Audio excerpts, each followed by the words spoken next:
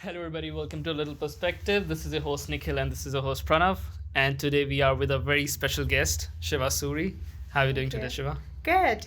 How are you? Doing perfect. So excited about this opportunity, meeting you guys, and have that organic chat. Chat. We are really grateful for you. Like, you said yes to this. We had this pre podcast meeting, and thank you for joining us. Yeah, I love people and chatting with them. So why say no? Awesome. And by the way, just to give everybody like a quick breakdown, we're actually in Calgary. So thank you, Shiva, for being in Calgary. So we got Of this, we course. got to witness a trip too. Of course. My So pleasure. we'll get the ball rolling, Shiva, but just you giving a brief introduction about yourself, what you do, and what you want to tell our viewers and listeners. Okay. When somebody asks me, tell me a little bit about yourself, I always ask, do you like to know me beyond what I do? Or like the job and everything, or both? We want to know who you are. Exactly. So both. Okay. So if I'm going to like put it like in a sentence, I can say I'm a person that I really love making experience and making the experience a little bit less ordinary. And you can see it in my career, you can see it in my personal level life, and also even as simple as putting the IKEA furniture without losing my insanity. So, and when it comes to, okay, on that level also, I can say I'm an immigrant here in Canada. I moved to Canada 4 years ago in March 2021 to pursue my master's degree in human resource management in UFR. And like my journey was a little bit of like everything, have been wearing different hats. In my career journey, I got my BA in English language and literature. Then I hired in an international company to just conduct interview in English in HR departments and make some like commercial correspondence with their partners, the other country's partner. And that was when I see I love what I'm doing when it comes to human and people. And one day, like, I found myself that I'm doing like proactive things when it comes to human to make sure that I'm creating a good experience for them. Even if they're my colleagues, even if you're a guest in my home, even if you're my friends, I'm all about experiences. And one day, my CEO told me, why you don't pursuing a degree in human resource management. And by then, I didn't know that even we have such a things. So I was like, okay, what is that? I got a little bit of research, and and during those time, I was thinking about the immigration. So I just decided to start applying, come to Canada, pursue my degree in human resource management, and I started my job as software project coordinator at UFR Computer Data Science Lab. And from there, I just like exposed to the world of startups and techs, and just like found it really appealing and really matched with my character, because it does have that challenges, uncertainty, agility. And then like the second job I found like in Canada, I was working at University of Regina Student Union as the special project advisor at Student Union. And I met the greatest people there in my life that have been the game changer since I immigrated to Canada, including Hannah Tate. I really like to bring her name here. And I started after working at a student union. I was working in a company that they were providing organizational development and for the external clients.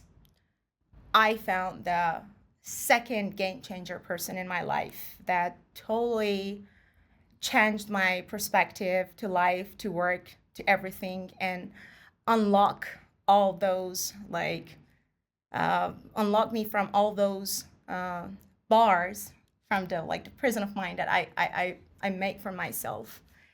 And I also like to thank him here, Kirsten Fowler, my boss at the time. And like from there, I was working like with different organizations, different companies in tech, startups. I always been with startup on a parallel way. Doesn't matter what my job was. So working with different companies, small project, like big projects.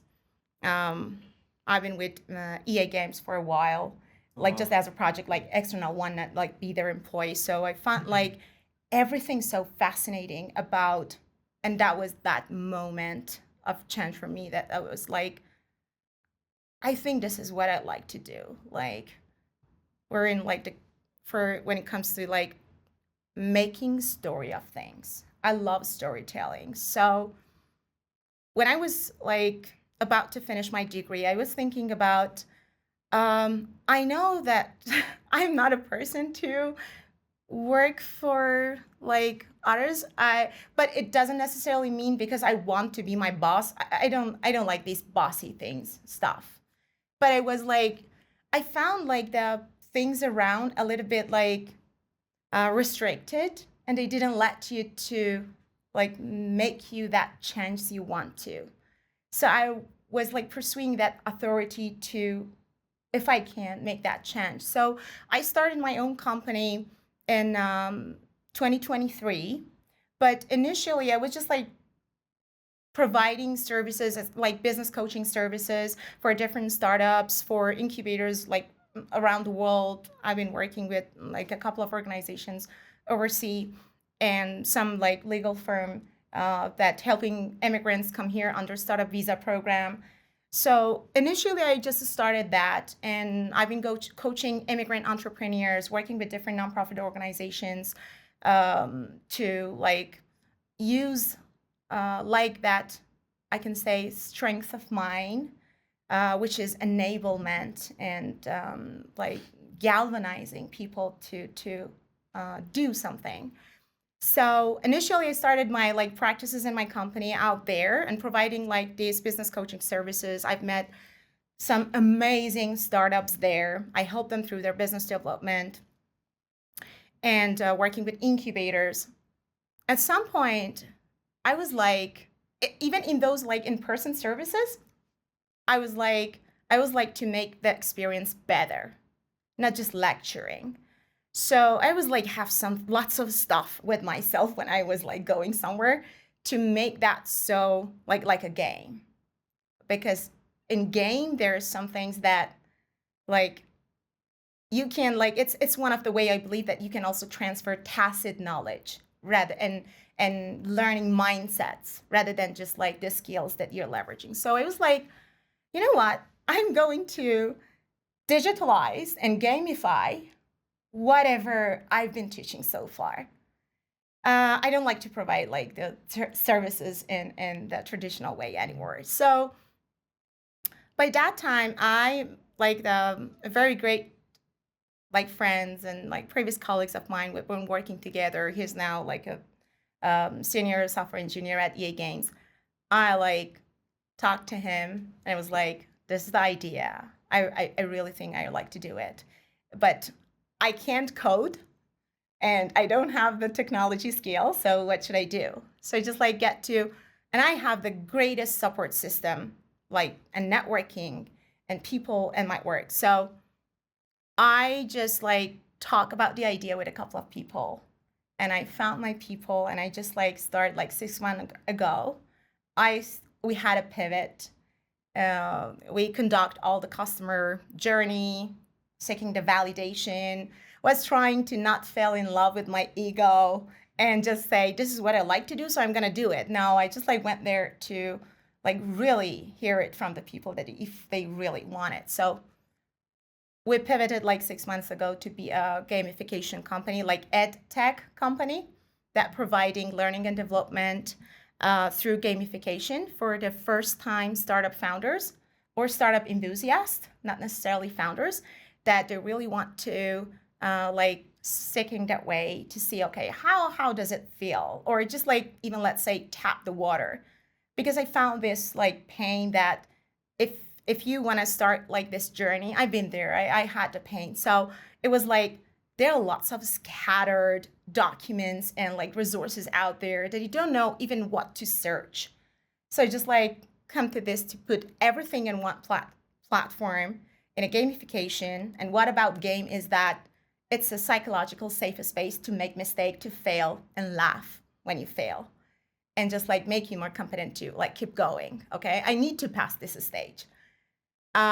So we just started like this journey, and Learnovate solution turned into a ed tech company in learning and development for the first time startup founders and startup enthusiasts. And in this between, when I was working with a couple of startups, like at the end of the contract, they just like provided, like they extend the offer that be their co-founder. So I'm also like the co-founder of two other startups, RamBuddy, which is a sales and marketing application for the personal trainers and physical wellness practitioners, and also Talent Tiki, which is a platform that facilitate the like it is going directly address the paradox of job experience for the entry level people.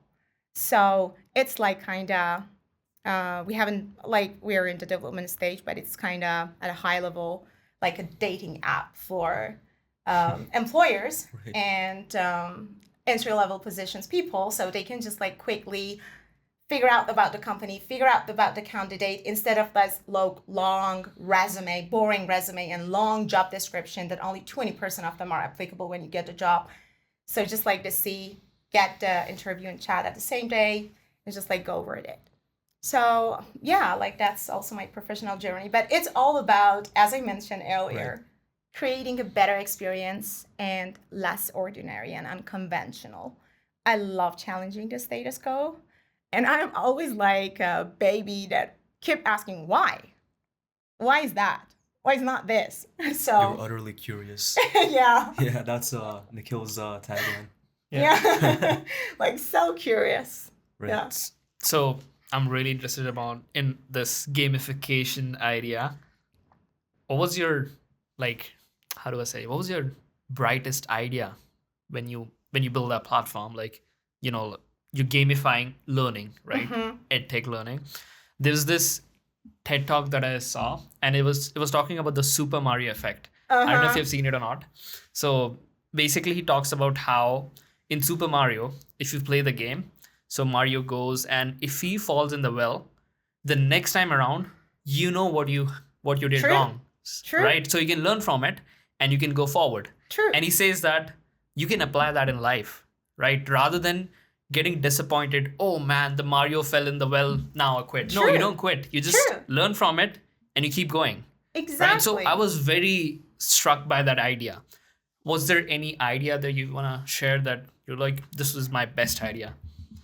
I think like, like all the ideas, like in real world, people are not buying your ideas. Investors are not paying for your ideas. Okay? So ideas here like doesn't matter a lot. I believe that like the greatest things about what I'm trying to create is I'm trying to find a pleasant solution for some pain points. And I think like all these ideas out there in the platform comes from a pain point from the my target audiences that I'm creating this for. I went out there, I talk with them, like sometimes for hours to understand their perspective, their lens about this whole journey. I conducted I believe it was like around 80 people. I talked with 80 people in open explorative dialogues to understand it. And from those pain points, I think we come with a greatest idea. If I want to name them, one of them like comes from the pain point that they were like, when we want to start this journey, it's so overwhelming. There are lots of scattered resources out there, and even the alternative solutions now there are not personalized to our journey, to our industry or sectors. So the first great idea is that we are leveraging AI and the current technology to make that journey personalized, make those resources efficient for them so they don't get overwhelmed. And they can see everything at once and take small actions at the time. And this is the philosophy. Like, you can't like take everything at once, just the small actions at a time. And the second great idea, again from their pain points, was they were like, when you're a startup, when you're going to start this journey, you need to put lots of like times and effort initially, because like initially you're alone, and you don't have, and time is about money. It means you can't work, and at the same time your startup doesn't get you paid. So and at the same time, for your startup to moving forward, you can do it alone. Sometimes you need to pay to get something done, to develop your MVP, for example. So I believe another great idea that I come with, that we are still through the compliance process. It's not easy to do it because it does have like lots of legal stuff behind it, is that I'm trying to create an internal currency in the app, that when you are helping even other startups, even other your journey mate, or if you're sharing skills, if you are hitting your milestones, you are collecting some coins, Like and with rewards. those coins you can leverage them to ask for the internal services within the app. So let's say I'm a business founder and there is a tech founder out there in the app, like as the other users. I need their skills and they need my skills. So, and I've already like make some like changes, put some feedback for the other startups there. I'm trying to like culturalize these exchange skills and like kind of fight a little bit against capitalism, that money is not the only currency. So like supports, kindness, time can also be currency. So when I help you in the app, like I get collected like those, let's say coins. If I strike a milestone, I get coins, like or different other activities in the app. Then I can get back and leverage those and ask you for your services. And later on, you can use those coins for the other services. Another thing, another great idea about like this is that creating a psychologically safe and healthy environment for people to don't afraid of fail and laugh when they fail. This is what it should be in the real life. But unfortunately, real life is not that safe. People judge you. They get afraid of failure. Okay, so but in game, what about game? As you mentioned about the Super Mario effect, is that you're fine with failure because you're thinking that it's a game. Okay, but after a while that you like play this game, you're like you even didn't notice, but after a while you find yourself really good at something, and you have been building up that into yourself and make it as a mindset. So it's another thing about learning through gamification. And another one I can say, finding teammate to close the skill gaps. One other features about this is that they're like just for the upcoming features in the future, but it's still like they're trying to, if they need someone to fill the gap, because there is a need in skill set when you're going to bring something into real life. So you can leverage those features also to, again, like this like dating apps style, find your right person and add them to your team, and together making collective efforts to move to process, because this is the nature of like these whole startup things. Sometimes you feel stuck because you don't have the resources to just like put the efforts and like to move the things forward.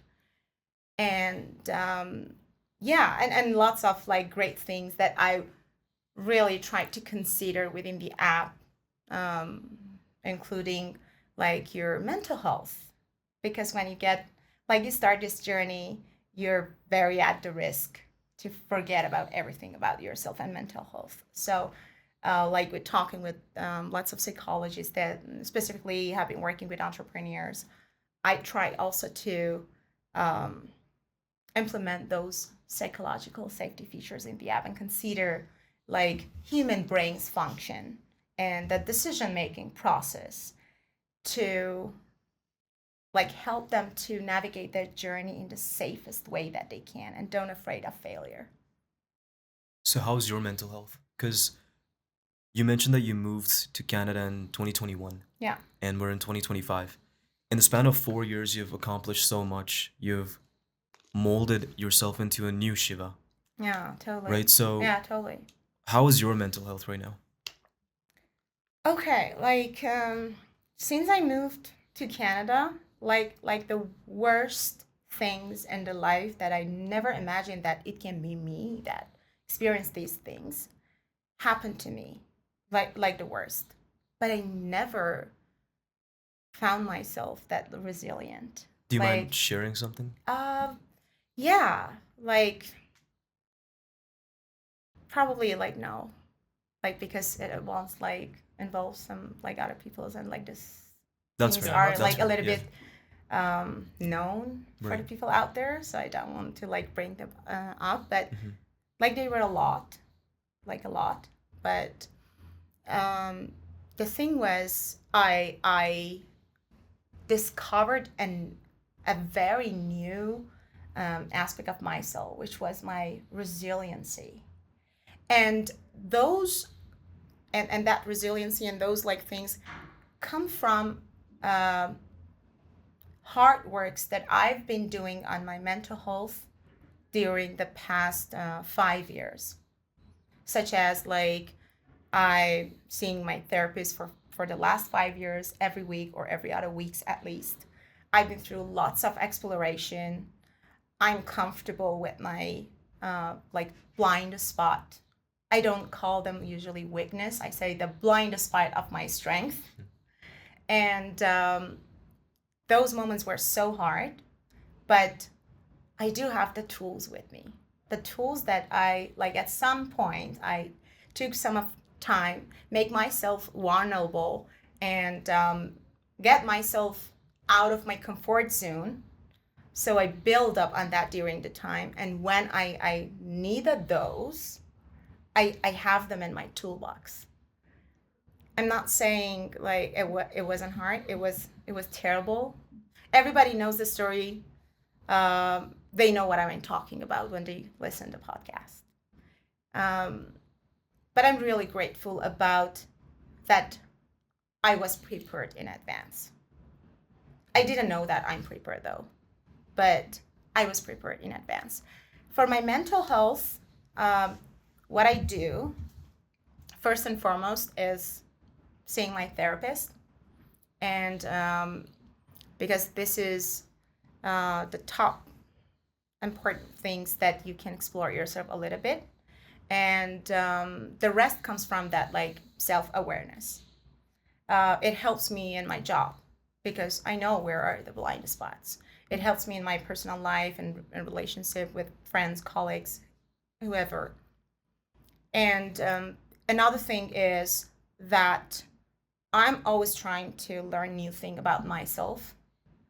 And so recently I just don't get shocked a lot because I find it a nearer of myself, new aspect of myself. It's new. Probably I don't know how to deal with this, but I know also that I can figure it out. Because you've been through something much Yes. worse before. Yes. And like I also put down lots of unhealthy behavioral pattern that I had in the past. If I want to share, for example, I used to be a person to put lots of times and efforts, unnecessary times and efforts, to solve a problem, to fix things, okay, to convince people that this is a problem and it needs to be fixed, okay. But after being through this all like whole self-exploration journey, I understood that it's not my job. I'm all responsible and accountable for myself. The reason time effort ratio when you are going to solve a problem, you're not gonna like put the efforts in something that not gonna go anywhere. So when I come to this, not only it affects on my personal life, but it affects my like career journey as well. Because when you're working in startups, the first important things that you need to know is to when to pivot. You need to let the things down if you're not solving the right problem. You're not gonna push it to make it looks like as a right problem. So it also affects in my career journey. I was like, okay, it's time to pivot. So, and also like some mindfulness practice, Right. like it can be meditation, it can be, just like simply go to the nature and just listen to the sounds and repeat them with myself, that what I'm hearing. And writing, I love writing. Sometimes I do have some like dialogue with myself and inner child. Like writing as in like poems or something, or like journaling No, or something. like journaling, Oh, okay. to try to describe my feeling um, in a very authentic and vulnerable way for myself. So I put them down. I do have a notebook, and the name of that is The Things I Can't Say Out Loud. Hmm. These days, I Nice. can say out them loud, but I didn't used to Because a do pen it. and paper won't judge you. Exactly. Right. That's the way I look at Exactly. it. Because Exactly. sometimes, like, I was having a conversation with my own landlord yesterday too, and even she mentioned like sometimes there are things that you just can't get out. Right. You just Yeah. can't even share with your best friend. Not that like, of course, have a set of friends that you can tell everything to. Yeah. Yeah. But there are some aspects of your life that you just don't have the right words. But True. you can write it down because you know for a fact that if I'm writing it down, it's just me and me. There's no True. judgment, there's no hiding True. anything because you know everything about yourself. Like, who Exactly. are you gonna, you can't run away from yourself. So true. Like, so true. The more you run away from that, like, dark side and, like, those uncomfortable truths Hmm. about ourselves, the more they come to you.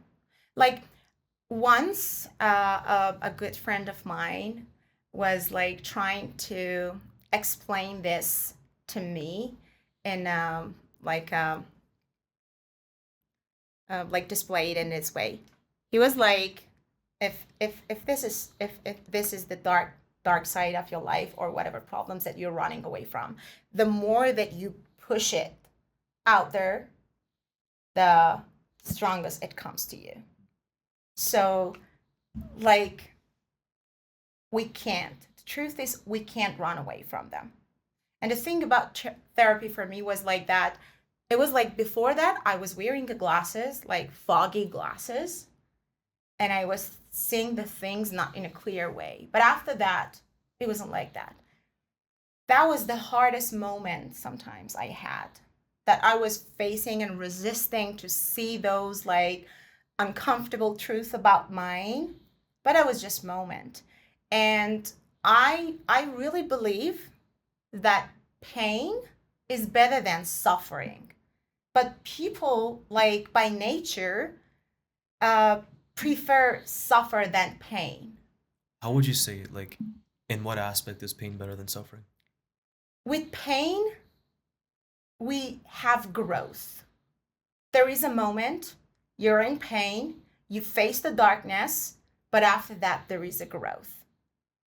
But with suffer, the nature with suffering is that you prefer to, instead of face the problem right away, just be there for a while. That's okay. I bear it, but I'm not gonna face the biggest problem. Let's say, for example, just the handy example comes to my mind, like those people that they have been in toxic relationship for years, but they're not gonna leave that relationship because they fear of like that pain, like the whole pain that comes like at a whole to you of like, let's say, separation, of the grief. But they prefer to be that like little pain that creates the suffer at the end, but don't face that pain. They don't go through therapy because they don't want to accept the dark side, to go through that pain. Pain is a good thing for human beings. Pain brings growth. But suffering, no, it shouldn't be a choice. And all this like comes from like self exploration and self awareness, I believe. Right. I want to talk to you about, how you mentioned that time is money, time is the most Yeah. important thing. Yeah. And there must have been a time when you were having a full-time job and you were working on the startup, Oh, right? yes. And that's like the hardest part for a lot of people. Yeah. And that's one of the things that holds people back. because they have Yes. an excuse. Oh, I'm working full time. I don't have time to Yeah. do this. Even Yeah. though they know what they want to do in life, Yeah. they just won't accept the pain No. for 20 years and then it's too late. Yes. Right? Yes. How do you push through that phase? And what was that phase like for you? It comes from self-awareness. If you're not aware about who are you exactly, what do you want, and why you want that things, you are not gonna come to that stage. I believe if you know your whys, you can bear any house. You can do it. So first of all, like for me, it comes from that time and pain I've been through in that self-exploration journey. First, I spotted my why and I said, this is me. This is what I can do. This is what that while I'm doing it drive me joy and energy. So first of all, I figure it out. And then after that, I could bear any house. Doesn't matter. Like 2 full-time jobs, that's fine. I'm gonna working sometimes even now like 16 hours a day, that's fine. And also another mindset that helped me was that I'm a person who believes in journey rather than destination. And I always say, even if there is a destination, my destination is going, is the journey. And I even put that on my Instagram page. I don't believe in destination. Life, everything is a journey. And when, like, if you have that mindset, like, okay, if the things is getting hard, this is just part of your journey. You'll be fine. Right. And but it's also important to, I said the core, the backbone is self-exploration, is to be aware of your unhealthy behavioral pattern, be aware of your even childhood adversity and turns those adversity as in like opportunities to leverage in your journey. Like I was a person before like this whole self-exploration journey. I've been taking lots of responsibilities. I found myself like responsible of all the world's problem and I need to solve them. Okay? So I had a lot on my plate. And that was once that game changing moment for me was that my boss at the time that I mentioned earliest in the podcast, Kirsten, once was talking to me and he was like, sometimes you need to stop and go through your, like, whatever you have been carrying these longs and see what are the things that you don't need them anymore. Just take them out of your bag. Make yourself lighter and take new tools in your bag and continue your journey. And that was very thought-provoking moment for me. And and then even I noticed that as you know, like human brains acts in a parallel way. If you have a mindset, you can see the manifestation in other parts of your life as well. And that moment, I figured out that literally in my bag, I've been always carrying lots of unnecessary stuff to works and get back home. And it's so heavy. And I don't need those things in my bag. First, I started with that practice there. I empty my bag and just put all the necessary things in it. And then I started from my mind, just little by little. Like I always like describe this as like a squirrel. When you're gonna give them some nuts, they just like come a little bit, a little, and like trust little by little, and then they come and like get the things from you. So that was the same for me. I just like take the small steps at a time, and then take of lots of unnecessary things that I've been carrying with myself. during these years, and they weren't truly my responsibility, or I didn't use them. So I open up some capacity for new things, for new adventures, you know. So I did have that capacity. So they were the three things that really helped me to push up in those hard moments to make it happen. And the core, again, I understood my why, and it took time to understood that, because before that I was the dream machine for my parents and society or people, you know. But now I'm just like living for myself. Right. That's awesome. Yeah. That's a great journey.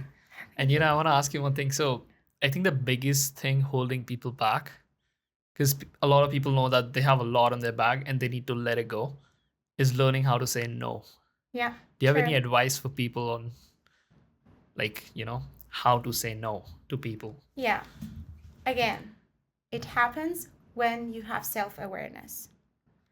When you don't have self-awareness, like before the podcast we were talking about it, that when you're not clear about your whys, everything seems shiny for you. You spontaneously say yes almost to everything. Why? Because you're not clear about what you want. You're not clear about what impresses you.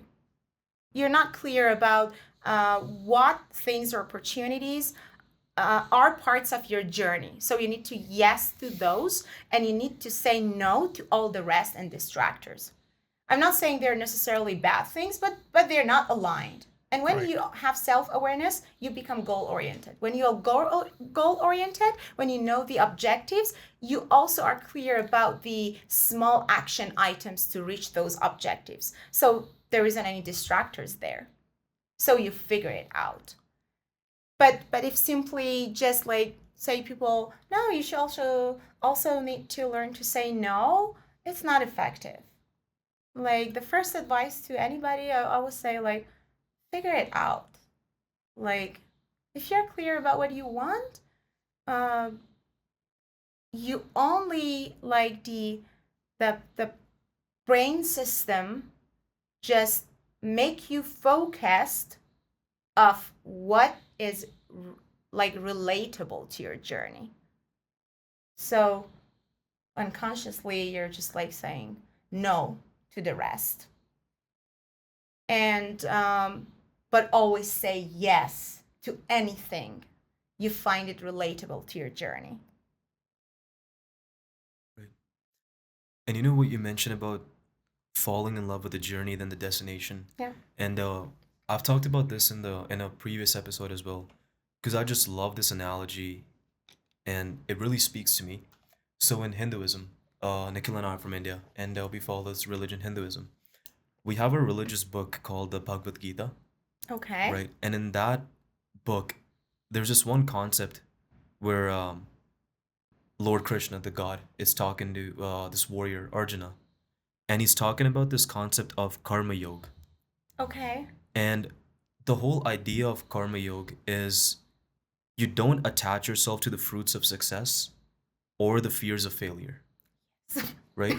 So True. he talks about this one aspect of dharma, which is your duty, is that you follow your duty. You do what's right. You do what you're supposed to do. But just don't attach yourself to the fears of failure or the fruits of success, because sometimes you might not get the success that you wanted. But that doesn't mean that you stop doing what's right or you stop Yes. falling in love with the journey, True. right? Or you could be scared that I may fail, right? I may True. fail at a certain goal that I have, or I may fail from the expectations that people have for me or I have for myself. But again, that doesn't mean that you stop falling in love with the journey. You have to push through despite of those things.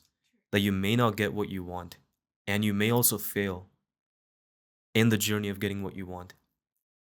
But you following that journey is what makes you you. Exactly. Exactly. I can resonate deeply with that. That was a really interesting story. And it's so true.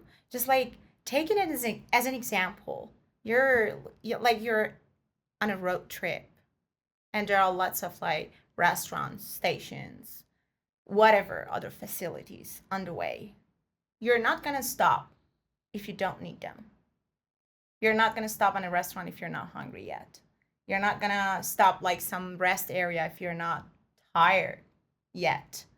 You're not going to stop for the washroom if you don't need it. Yeah. Okay? So it's about the life as well. I'm not going to randomly stop in random stations and say, "Oh, shiny, it looks like a great restaurant. Let's stop here." You're not going to like make that journey. You don't understand because like there are lots of distractions out there. So that's exactly as the story mentioned also. Like you need to know your whys. You're not chasing success. Chasing success is not a good idea. Because what Success is happens the when you don't get journey. it? Yeah, exactly. Right. Exactly. That's when you get disappointed easily. You come to some like nihilism, like said, okay, so what? I reached to the destination. Now so what? And it's finished? So like it doesn't have the sense of life or like dynamic into it when you consider it as destination. Because okay, now you arrived to the destination. You reached to the destination. So what's next? I feel like you get that dopamine rush for the first few seconds, the first few minutes, or True. the first few hours. True. But again, that fades away because, Yeah. like we mentioned at the start too, that as human beings, we're so curious that we always want more. We're Exactly. always looking for the next high. We're always chasing Exactly. the next high. So once you get your goals too, you start feeling empty again. Like Yes. it's funny, like it's like a paradox that you Exactly. fill yourself up just to get empty again. Like a reset bottom. Yeah, So right. so what? Like when you like reach to this stage of life that you're always asking, questioning everything about like so what? That means you're looking for like destinations. That's why. But if you just consider it as part of your journey, you'll be fine. Like you couldn't sleep like last night, that's fine. It's part of your journey. It's not a destination. You have been through a lot. It's journey. It makes life way easier. And if you love the journey, you'll go farther, right? There's this quote that the man who loves walking will go farther than the man who loves the destination, Uh-huh. right? True. Because you love the journey, right? Yeah, We true. love doing the podcast, and Yeah. of course we have our own goals. We have our own, Mhm. like we need to make it financially viable. Mm-hmm. But at the end of the day, we're doing it because we love having these conversations. Exactly. That's the whole goal. Yeah, it's my fuel. Not Right. all the thing is money. Not all the thing is job. I'm not saying it's not important. It's important. But like doing what we love to do is the fuel of the journey. Right. You can move on if you just like focus on like something that feels Excuse me. like looks like destination based on the society definition or parents definition. You get that degree, you get that job. So what about my life? What about the things that I love to do? And like I've been carrying coaching for a long time, and like you know about that like idea of the circle about like what you want to do, what you like to do, and like what you are good at, what you like to do, and what the world's need, and the mutual space of these three. This is probably gonna be even a job that you're gonna nail it. Oh, like a Venn diagram. Yeah, Yes. yeah, It's like the ikigai concept in Yes, Japanese. Yeah. true. And it's so true. You find like the things. Probably I acknowledge that. Probably it's a little bit like hard in this capitalist world that like just solely pursue what you love. Sometimes it doesn't work. Okay? But like figuring out this mutual space between all this, probably it works. Like because it makes it niche. And when ideas, when decisions are niche, probably they do have the great chance to make you happy and satisfied in life, Right. or make you successful in your own words, not the other people's world. You know, there's this story about the Wright brothers who invented the plane. Uh-huh. And then during that whole period of time, there were a lot of people trying to figure out this flying machine. Yeah. So there were these Wright brothers who had a garage and they were like Uh-huh. cycle vendors. They Yeah. only knew mechanics of a cycle, right? True. And then the US government, they hired a guy. He was like a mechanical engineer or whatever, and he had all the resources, he had all the money, and like his goal was to invent this plane. But the problem was he wasn't interested in the plane, he was interested in the money, he was interested in the fame, Oh. right? He spent his whole life doing that, but he couldn't. But the Wright brothers, who didn't have any resources, they didn't have any money or anything, they invented the plane. Why? Because they loved the process. They loved Exactly. inventing the plane. Yeah. And you mentioned like without any resources. Exactly. They could make that happen because they could find their whys, so they could do it without whatever house. It's so easy to do it because they figure out their whys. Doesn't matter how. I'm gonna do it. Right. And it's the importance of figuring out your why.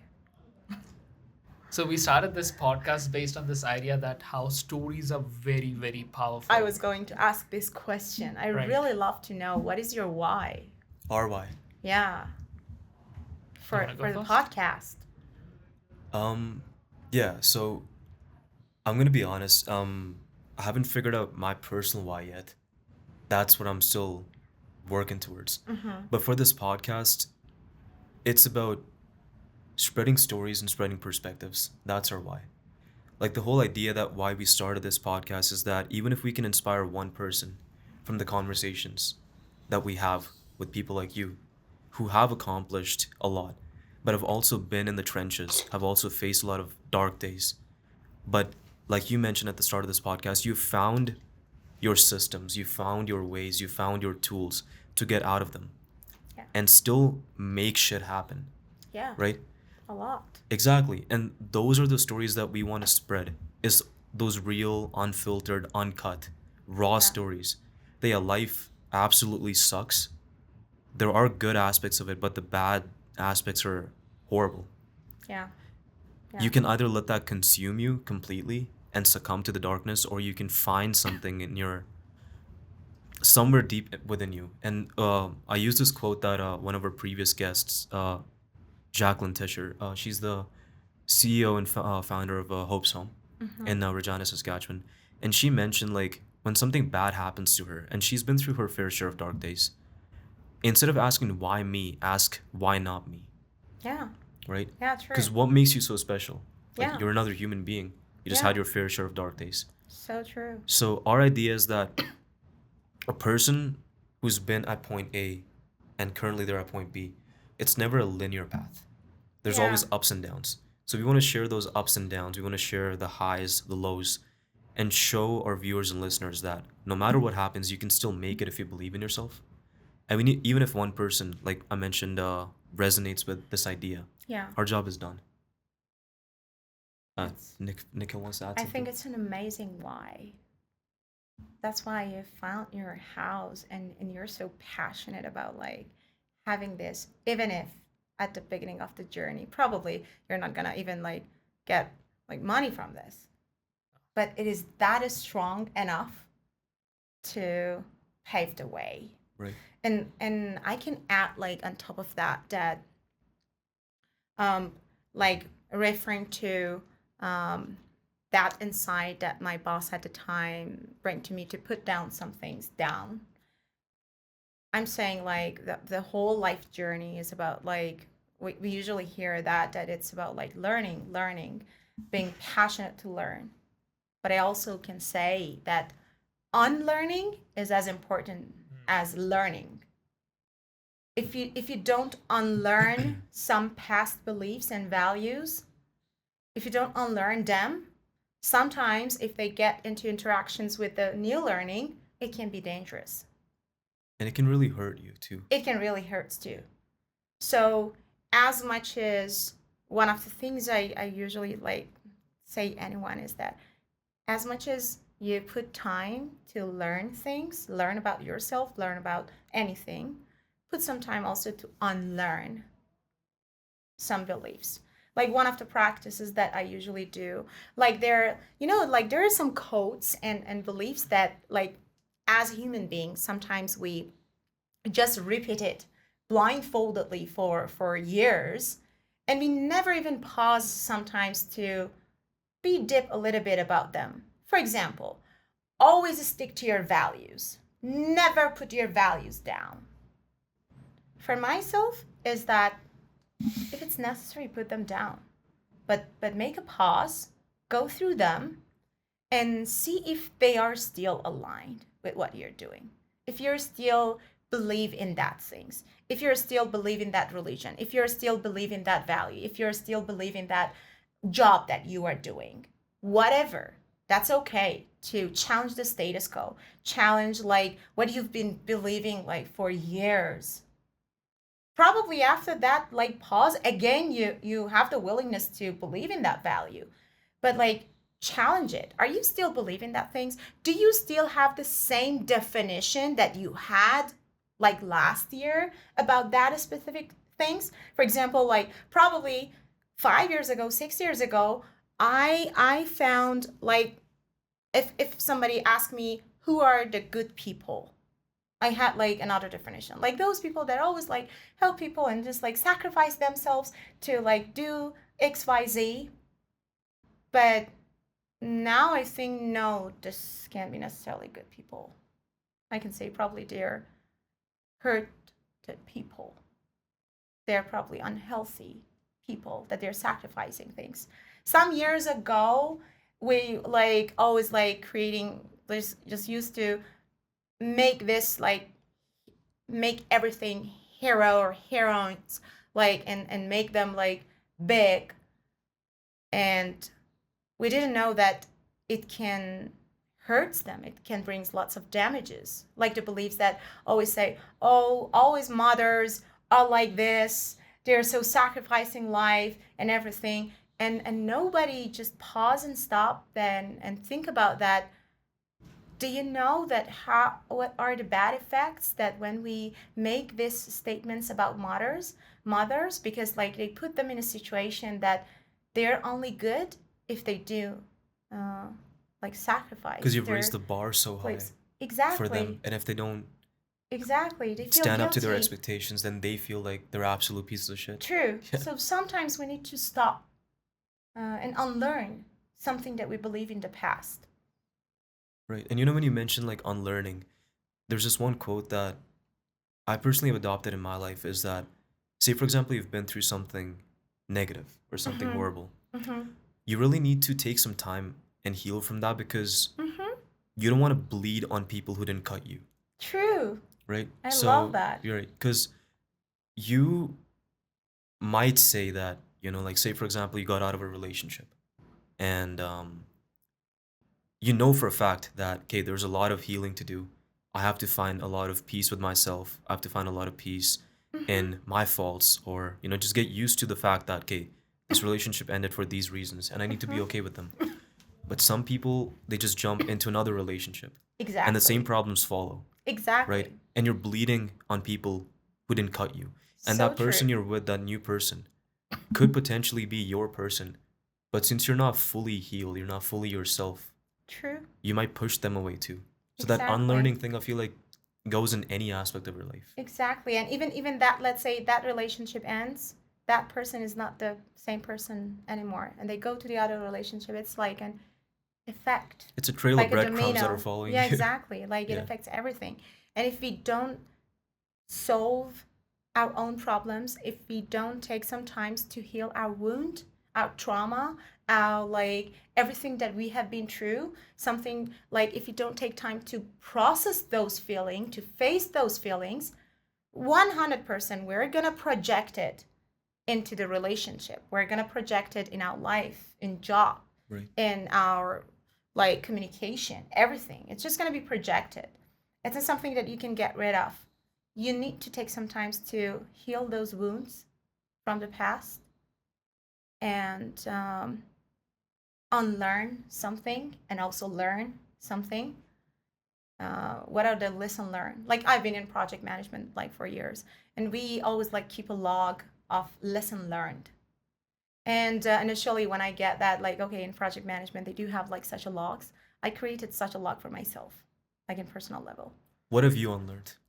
If you want to share with us. I what I unlearned is that, like at the most, was that listen first actively.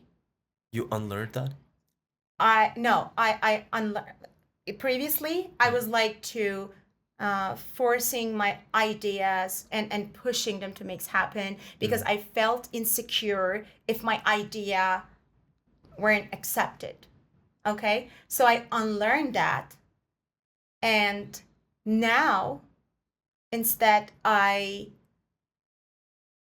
learn that listen first and be vulnerable enough to question my idea, listening from the other perspective and lens.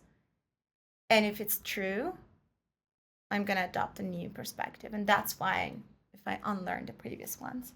But previously, because of like childhood adversity, different things that we all have been through, I easily get insecure when I made a mistake, when my idea didn't accept it, because I like reflected as something about me. I took it like personal. Your ego okay? takes a hit. Exactly, Yeah. exactly. So true. So at the top, I unlearned that one.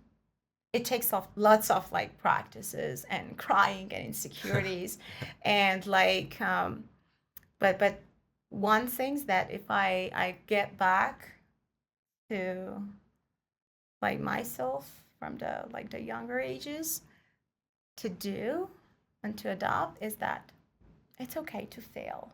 It's okay to make mistakes. Actually, it's good. It's not okay. It's good to make mistakes. They're the only way that you can learn. And also, probably I will say, all the things that are going to happen to you, I promise you that it will pass. They're not going to be there. And you'll probably laugh at them Yeah. a year or two down the line. Yeah. True. Maybe, Sometimes I cry yeah. at them. I mean, yeah, sure. I mean, But I was gonna like, say, yeah, it might but not be yeah. funny, but like, you'll find ways to cope with it. True. No, that's awesome. And you know, like one thing that you mentioned about failure, and I like to add one piece to it. So Nvidia's CEO, Mm-hmm. he mentioned this one thing that, sure, like people have this, I feel like people are glamorizing failure too. That, oh yeah, like you need to fail, like failure is good and all that stuff. Mm-hmm. He mentioned that fail smart though. Not every failure is going to help you. Exactly. Like if you're failing at like the most dumbest things ever, like that's Exactly. not like a failure or like an experience that will help you push True. in the right direction. Like sure, failure is important, but failing at the right things, Exactly. failing smart. Exactly. One things I always say is that like if you make a mistake once, it's a mistake. Mm-hmm. It's a failure, and that's good. You were new into that, and you got a lesson learned. But this next time, make the same mistakes and have the same failure. Like I mean by same, I mean like in a same category. Right. This is a choice. This is not a mistake anymore. And even failure needs to be smart. Like at least fail in new things. And I'm not saying that like repetitive failure that I want to question resiliency. No. But I believe that from this time to this time, if there isn't any change into the perspective, strategy, and the way that you're gonna like face that problem, this is not gonna be a smart failure.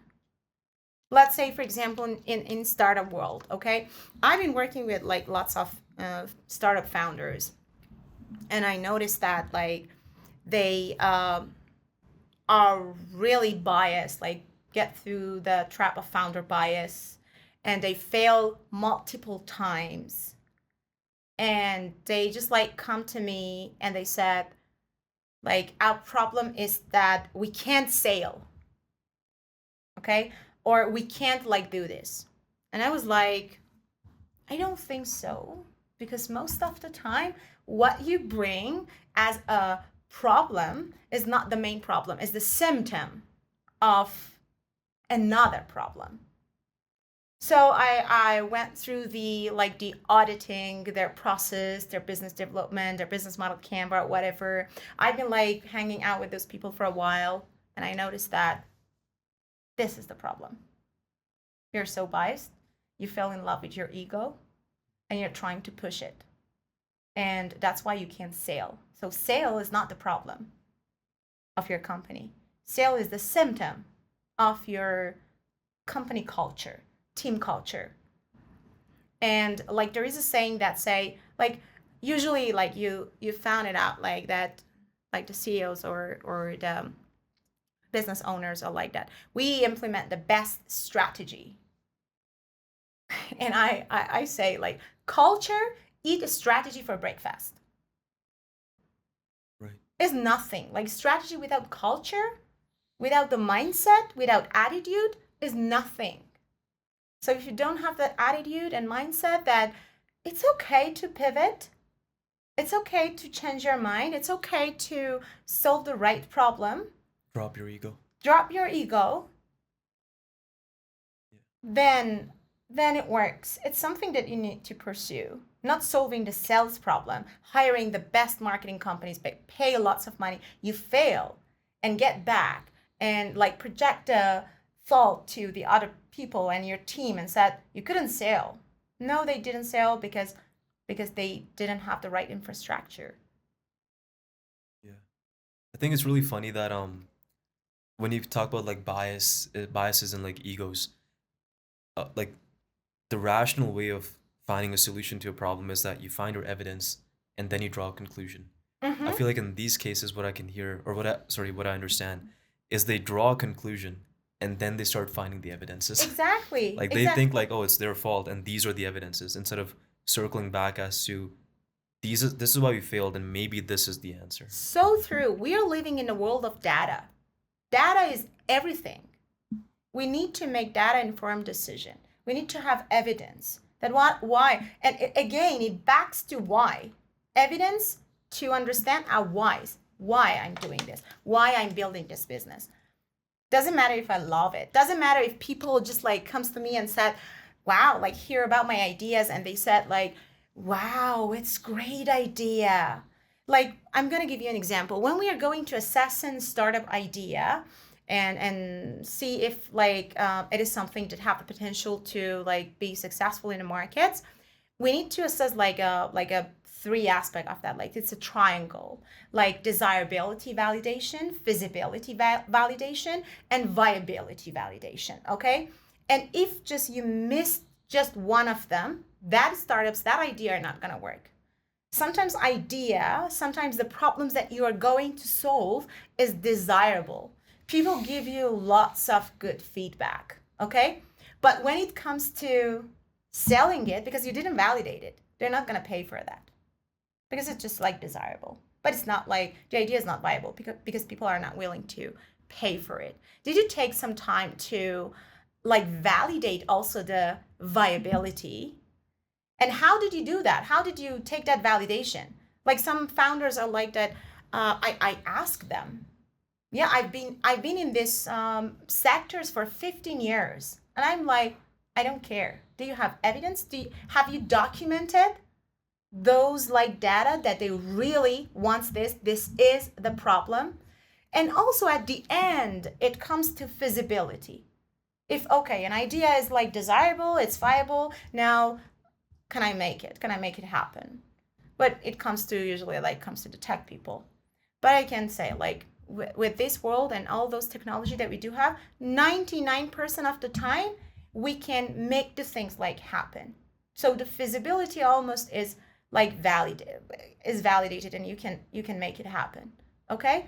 If you have the right resources, if you have the money, if like you have the tech team, you can do it. Even these days we do have like some funds or grants that if you are unclear about some new technology, they give you that money to go and research and figure it out. So the feasibility is almost like proven, okay?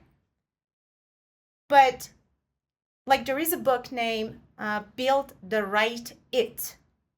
Most of the people, not just in their startup, I'm gonna like say it in the whole life, they are thinking about building it right, doing it right, do my job right, have a relationship in a right way.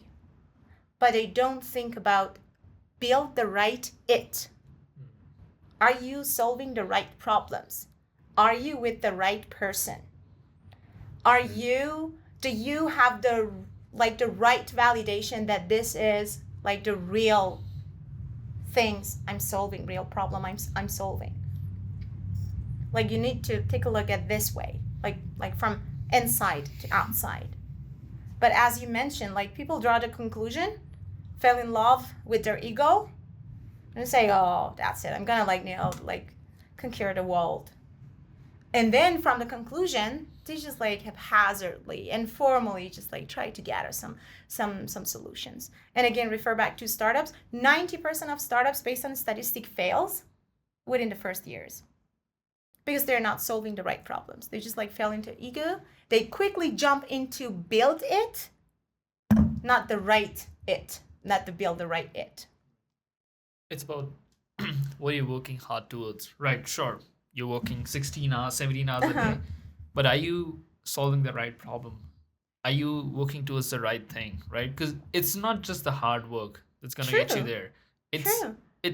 it's more about emotion or how much emotionally invested you are into it. And if your why is not clear, as you said, Exactly. you might be going in completely different direction. Yeah, it's like if you don't have the why, it's like you are a balloon with so many holes that your energy are just gonna waste it and you're gonna be done Right. like in a minute. Or you're a paper bag in the wind, just flying Yeah, anywhere. exactly. There's this book that I recently listened to. It's called Essentialism by Greg McKeown. And he talks about how 99% of the things that you do in life are non-essential. Exactly. 99%. Like, Exactly. if you focus just on the essentials, getting the right things done, like get your sleep in, get your diet in, get your gym in, and get the right work, like just work on your why. If Yeah. you just get that and if you focus just on that, you would be way, way ahead. Because True. it comes back to the idea you said that, like I was carrying a lot of load on my backpack. Yeah. And you took some of that load out. So you Yeah. had space for the right things in it. Exactly. And if everybody just removed the non-essentials and focused on the essentials, True. you would be way ahead. True. But first, you need to have a definition for essential in your own life. Because like what it means essential for me is different from you and is different from you. Right. If you don't get that idea, you don't know even what is essential to, okay, now I'm gonna go and like take them off from my bag. Right. But like sometimes I believe like each one of us have been through this like at least once. Sometimes like we are cleaning our home or room and we are like opening like old boxes and there are lots of things that we can throw them away. But we are always like convincing ourselves, no, it's necessary. It's just gonna be like dads. Dads always like think it's just gonna be useful one day. There's that But it's emotional been attachment exactly like, but it's been like 100 years that we've never used that like tools. Right. Okay, sometimes like we're so attached to the things. Attachment is not good. Connection is good. Like when it comes to relationship, people are asking about what is your attachment style? Like I'm not seeking for attachment. I'm looking for connections, not attachment. Or like attached to things. No, connection. Did I find a connection with that things? If yes, that's fine. But attachment, you can have attachment to almost everything. I can have attachment to like collecting these bottles. But is there any connection with me in this bottle? If I figure it out, I'm not gonna. Right. And this what both of you talked about here, what you talked about essentialism, sorry, and what you also talked about building the right ed. So we follow this guy, Chris Williamson, and he also has his own podcast called Modern Wisdom. And he talks about this one thing that he's mentioned in like different interviews. It's called the region beta paradox. So what that's about is in major, or not major, but like in majority of the situations of your life, you're better off in worse situations than being stuck in region beta. So what he's trying to say, in like what in your case too, that the attachment, or like you're just too attached to that thing, so you don't want to let it go, or maybe building the right it. So what region beta paradox talks about is, say for example that you're working in a job and it's not something that is very aligned with your why, Mm-hmm. but it pays the bills. The boss Mm-hmm. is not too much of an asshole, Mm-hmm. and there are not too much conflicts. The benefits are Mm-hmm. good. You end up becoming stuck Yeah. in that job forever. Yeah. That's In a yeah. relationship too, say for example that the person you're with right now, you know for a fact that this may not be so-called my person, Mm-hmm. but we don't fight that much. Yeah. We love each other. Yeah. Exactly. There's a good so-called good connection. It's not the Yeah. best. So I'll just stick in this relationship. All these people who are so-called sticking in that place, or Mm-hmm. just finding complacency, or finding or Exactly. I getting was going attached to to say it, the same. right? Yeah. They're better off breaking up in that relationship. They're better off Yeah. losing that or leaving that job, because that Yeah. pushes them to do something much greater and much better, or finding the right person Yeah. that they would never do being stuck in region beta. Yeah. Like, and the question is, it doesn't it hurt? It hurts. Like 100% hurt. Right. You're gonna be like through lots of, sorry for the language, but like you're gonna be through lots of shit. Yeah, yeah, of course. It hurts 100%. But like, what do you prefer? Like to get stuck in that, like the culture of complacency, and said like, and just like get satisfied with the bare minimum, and just like be there and working or living for some other people's dreams, but not yours.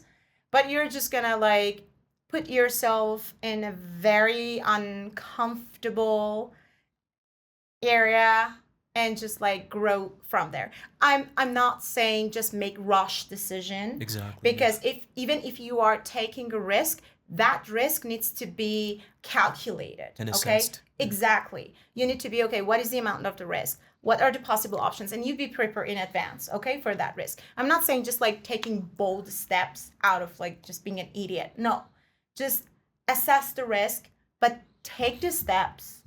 Because if you don't, if you don't take out of your comfort zone, you're not gonna grow. So you're just gonna be like Complaining. forever like that. And but I can promise you that there is a time in your life that you get back and you said, why I'm here. Because like all the human beings, at least once in their life, ask this why question from themselves.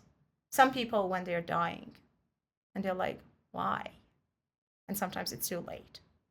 Right. So make it happen. Like all the people are saying, like, get out of your comfort zone. It is dark. It is scary. It demands bravery. But there is a quote, I really love it, which is say, nobody tells you that bravery is another form of fear. So it is fear there. It is scary. But what do you prefer? Right. It's really important to take those bold steps. It reminds me of this Mike Tyson. Like he used to be the Okay. youngest heavyweight boxer. Yeah. And he would say that he was the most feared man on earth. Like everybody was scared of him. And Mike Tyson would say, I am scared too.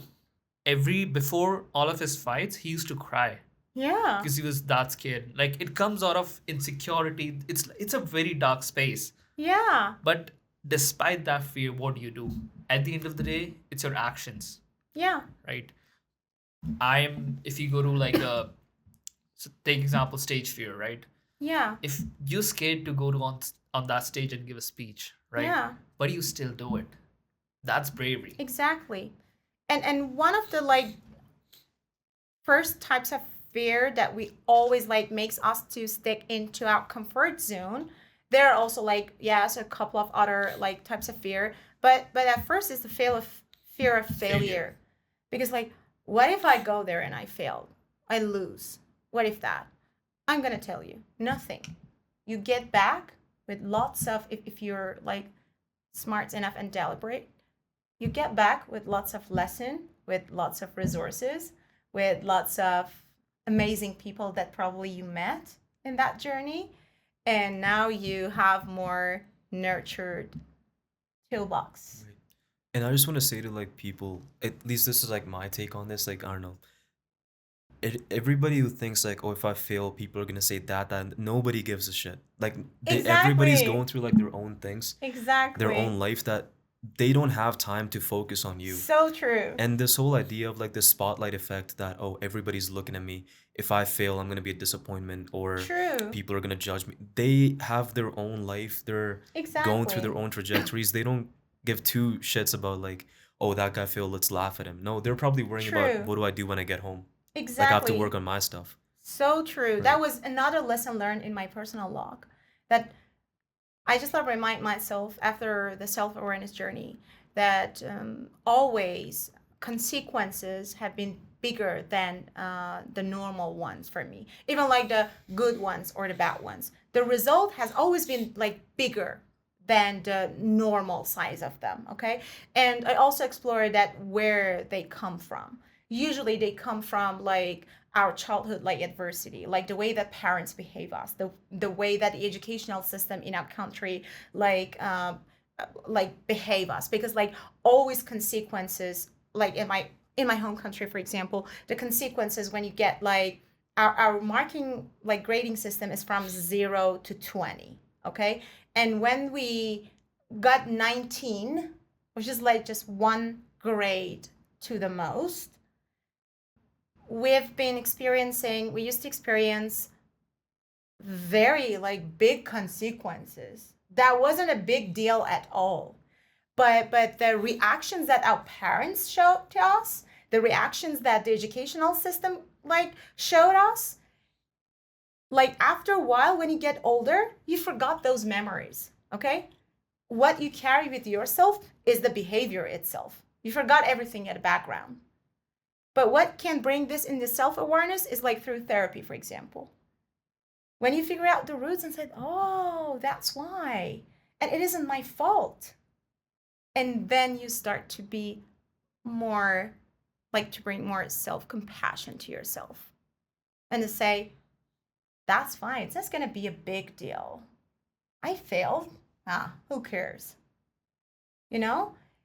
We need to identify and spot those very initial incidents and events that building a mindset and attitudes inside us. We need to identify those. Then we understand that the identity that we usually have is something that have been made up of for us, and it's the time to rebuild my own identity, what I really like to do, what I really like to be. Because what I've been doing so far unconsciously, like being whatever the society um, expect me. Like for example, in our culture, usually we are overachiever. Like at the very young ages, usually we all have like great jobs, like making good money. And you're saying back home? And yeah. Okay. And we are overachievers. From the society lens, they like identify like these people as successful. Okay, like oh, like at this age, like I don't know, like these things, benchmarks like 40 under 40 or whatever. Okay, they are successful. But nowadays, when I see such a people, I said they need to talk. They're under lots of pressure. I know them. Like they are under lots of pressure. This is not a good thing to be an overachiever. Not at all. If you could talk to Shiva from 5 years ago, because you mentioned like you've been in like you've been going to therapy, and you've had like your fair share of like like the dark days that we didn't talk about, but you have been through those things like ever since you moved to Canada. What would you tell Shiva from 5 years ago? How has she grown, or what should she look forward to? Um, Probably I say this is not your fault. In what aspect? It's not your fault. Anything. Like if mistakes happen, if like they just happen, you're not gonna blame yourself. You're not gonna be over responsible and over accountable about what happens. And all the things happens to you had a reason. We're not gonna fall into the trap of blaming whoever like had the fault. It's not a matter of fault. But now you're safe. I would tell her that you are safe now in your own world. Would her face light up seeing this version of you? Huh? Would her face light up seeing this version of you? Yeah. You know, like it I've been also like through a separate journey to be able to connect to my inner child. And literally if I'm gonna like envisage that for you, during the first times that I tried to get back to her, like that young Shiva, like 5-year-old or 6-year-old Shiva, um, she even wasn't looking at me. She was like so scared of me because I've been like doing the same things for her for years, even without knowing it. That I'm doing the same things that, for example, I was like blaming my parents and educational systems for it. But I've been unconsciously doing the same thing for myself. And it takes lots of times, like lots of trips and journey to that inner child of me to just make her look up and look at me and come closer and let me to hug her. And I said, this is not your fault. It's okay to make mistakes. You're not gonna doing anything for the people's sake. Just first you, and then you, and again you, and then other people's. So I try to make the everything safe for her. And like it's kind of pattern in everyone's life. Like when they're growing up, if they haven't been healed, if they haven't healed their wounds, or like went through this like self-exploration journey, unconsciously, like automatically, they're trying to either rebuild or replay their childhood or whatever experience they have had there. Okay. So if you don't get up to that like self-awareness, you automatically do it for yourself, and even for your probably like future child. You're projecting it to the other people that you're in relationship with to just like rebuild or replay that parts of yourself. And that's why, for example, when it comes to relationship, it is like we we're attracted to the people that they are familiar to us, not they are good for us. Like those people that stay in toxic relationship, it's because that is the most familiar to them, and they don't want to get out of their comfort zone. It's familiar. As much as it's familiar, it's good. It's like a safety net. Exactly, it's a safety net. So we need to, like 100%, if there is just one must in everyone's journey, that one must is self-exploration. Because 100% I can guarantee that if you haven't been through healing process, 100% the identity that now you are currently pursuing, it's not yours. It's something that has been instilled in you. Like you have been coded, like an AI. You have been trained to act, to behave like this. Probably this is not the job that you like to do. Probably this is not the person that you like to live with. Probably like lots of things. Sometimes you need like to pause, stop, and see, okay, is this really what I want to do? Or I'm just like repeat whatever they've told me to do. Right. And I feel like it all comes back to the whole, from the start of this podcast, is about asking that question, why? Yeah. Which, before we move into like a rapid fire question, I just want to ask Shiva, what is your why? Okay. Like As I mentioned um, at the beginning, I love and I value anything that have an experimental nature. I I prefer, for example, like if somebody is gonna give me a gift, I don't like the gift be a material things. I like to be a experience. Like I don't know, like give me like a class, just one session class of learning and new things or whatever, okay? So I love anything that have an experimental nature, and I love to make the experiences um, enjoyable and less ordinary. And this why is being projecting in almost like all aspects of my life, from the very small ones.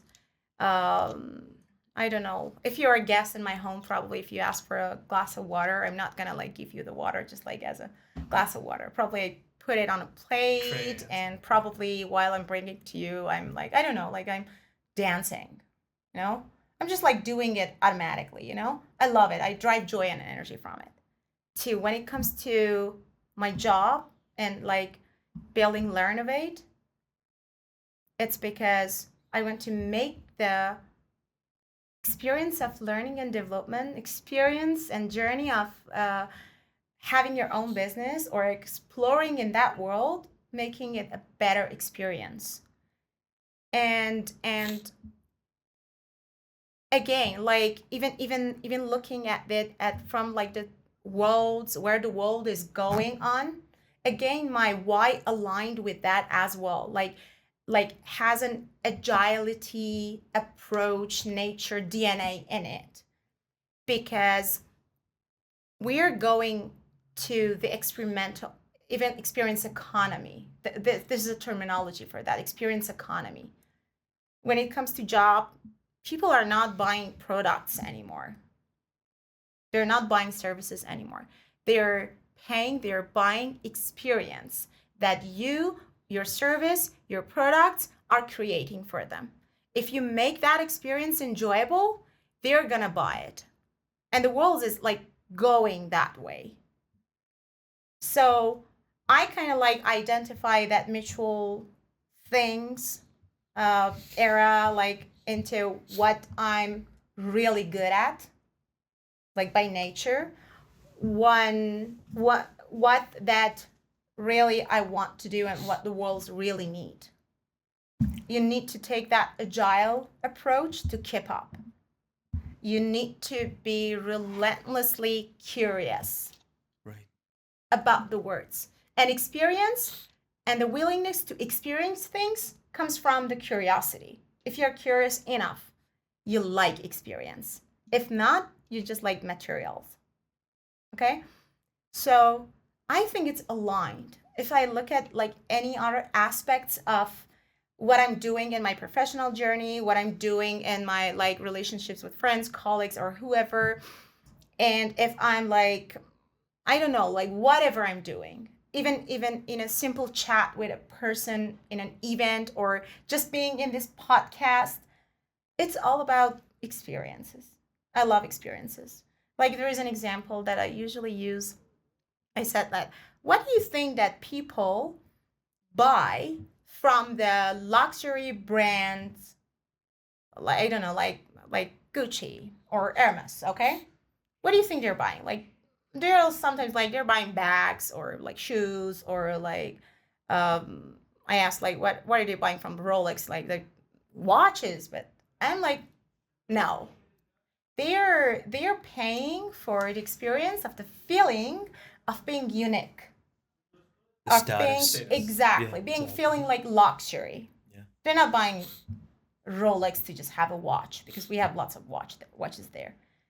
So even like those peoples and also like those products or brands found their why. They're so niche into their markets, into the people that you're going to provide that services, and that's why they won't. Because if you're not niche, you're not gonna get that happen. Why? Because you're gonna be like taking an populist approach to be desirable for everyone, so everyone loves you, and but this is for short term.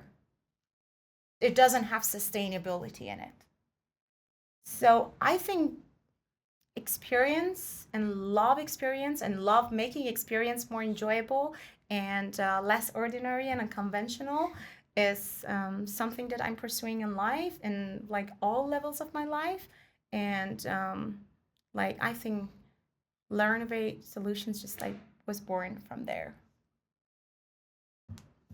This idea of selling experiences, like as you said, you give an example of Rolex. Yeah. The greatest companies haven't been selling products, they have been selling experiences, they have been selling emotions. Mm-hmm.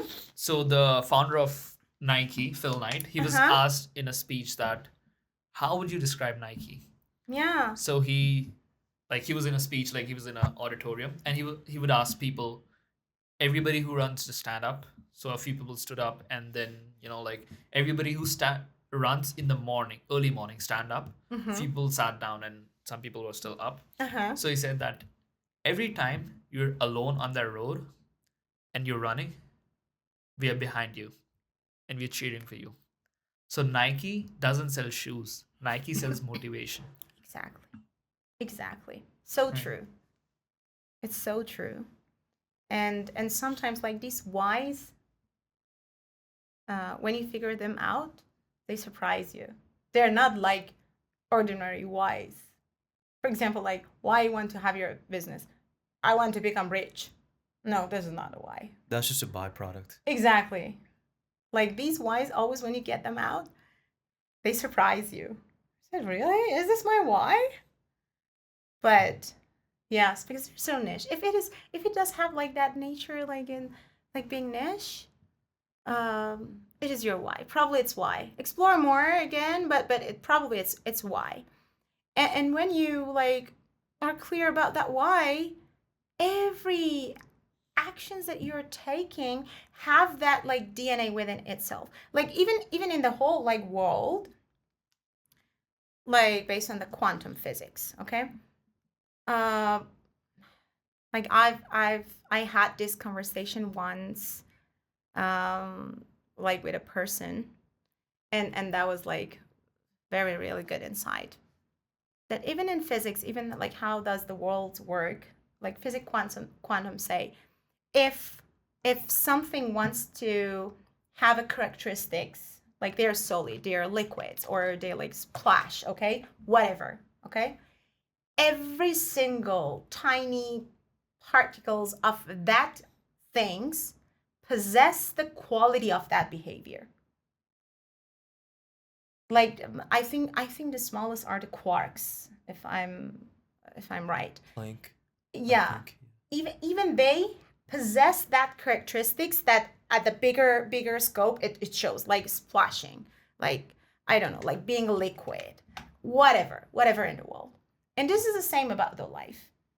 Like when you are clear about what qualities are you pursuing in life, automatically just like any actions that you're taking, or I can say like, because nothing is certain in the world, but like at least 90% of the actions, 80% of the actions that you're taking possess that quality. If you like experience, like myself, you usually can find me in all those activities that have some experimental nature in them. If I like, and it's not just about the word of like experience, because it's in like a kind of umbrella term. Anything that has the nature of experience. Talking with new people is a new experience for me. Like exploring the world, finding their story, being in, I don't know, like networking events, building something that is creating the experience. Everything is just gonna be are gonna have like possess that quality of what at the core I love to. And you figure it out. But if you're not clear, because you have lots of quality, like the core quality things, so you get a little bit of everything's there. But at the end, you find yourself in some stage of your life that, what am I doing? What exactly I do like? Am I really like the job or whatever? Right. Okay, we'll move to the end of our podcast. I feel like we can do like 5 more episodes with you. We would love to pick a niche and we'll talk about that. Yeah, I love to. Okay, so Pranav's gonna ask you 3 questions. I'm Yeah, gonna ask sure. you 3 questions. Of So it's course. rapid fire. You have to answer in 1 word or 1 sentence. Okay. Okay. Perfect. 1 word or 1 sentence. Okay. It's really Sounds hard for me to talk in 1 word or 1 sentence, but I try to do my best. For sure. You want to go? Okay, for sure. What's your favorite restaurant in Calgary? Favorite restaurant? Dean's House.